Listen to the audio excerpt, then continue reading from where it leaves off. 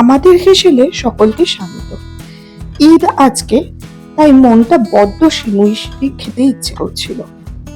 তাই বিকেলবেলা নিজেই চলে এলাম রান্নাঘরে সিমুই বানাবো বলে। খুবই সহজ একটা রেসিপি, চলুন দেখে দিই কি কি লাগবে। লাগবে 100 গ্রাম সিমুই, ঘি, দুধ, আমুল গুঁড়ো, দুধের গুঁড়ো, আমন্ড, কাজু বাদাম, চিনি, লবণ। বাজার থেকে এই রুচির ভার্মিসেলি প্যাকেটটা নিয়ে এসেছিলাম, 200 গ্রামের প্যাকেট, তার থেকে আমি 100 গ্রাম আলাদা করে নিলাম। এবার এই ড্রাই ফ্রুটস গুলোকে ছোট ছোট খন্ড খন্ড করে কেটে নিলাম।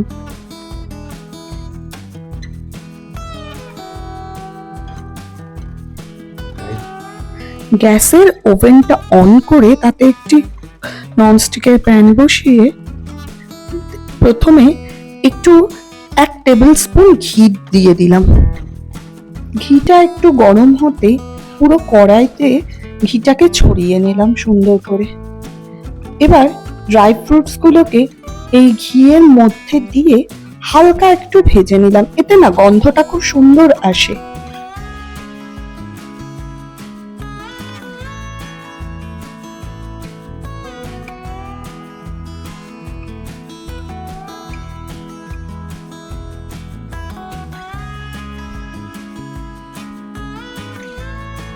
এবার আবার কড়াইতে আরো 3 টেবিল স্পুন ঘি যোগ করলাম। এবারে সিমুইগুলোকে ছোট ছোট টুকরো করে এই ঘিয়ের মধ্যে দিয়ে দিলাম। এই সময় কিন্তু ওভেনটা একদম কম ফ্লেমে রাখতে হবে, না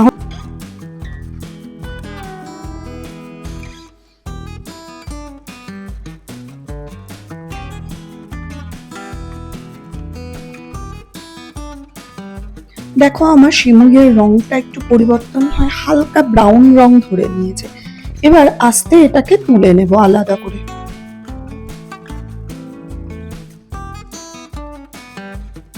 কড়াইটাকে ধুয়ে গ্যাসের ওভেন জ্বালিয়ে বসিয়ে এতে দুধটা ঢেলে দিলাম। আমি এখানে প্রায় 1.5 প্যাকেট দুধ যোগ করেছি। দিয়ে দিলাম কয়েকটা এলাচ একটু ভেঙে, এতে একটা সুন্দর গন্ধ আসে। এবার মিডিয়াম ফ্লেমে দুধটাকে একটু ফুটতে দিতে হবে, আর মাঝে মাঝে নাড়িয়ে দিতে হবে খুন্তির সাহায্যে।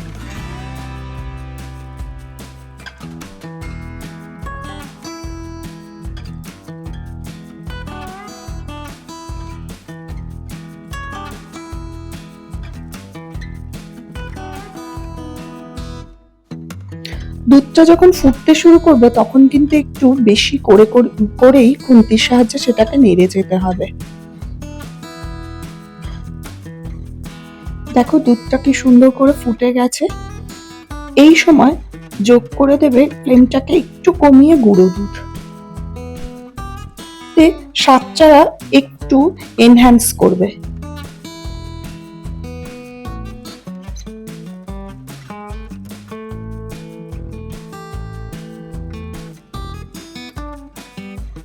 ভালো করে গুঁড়ো দুধটা মিশে যাওয়ার পরে এবার কিন্তু অ্যাড করতে হবে চিনি এবং সামান্য পরিমাণ, অত্যন্ত সামান্য পরিমাণ নুন। আমার ধারণা মিষ্টি জিনিসেও সামান্য নুন এর স্বাদটাকে অনেকটা বাড়িয়ে দেয়। এবার চিনিটা যখন গলে যাবে তখন এই সিমুইটা এবং ড্রাই ফ্রুটস গুলো একসাথে দুধে মিশিয়ে দিতে হবে।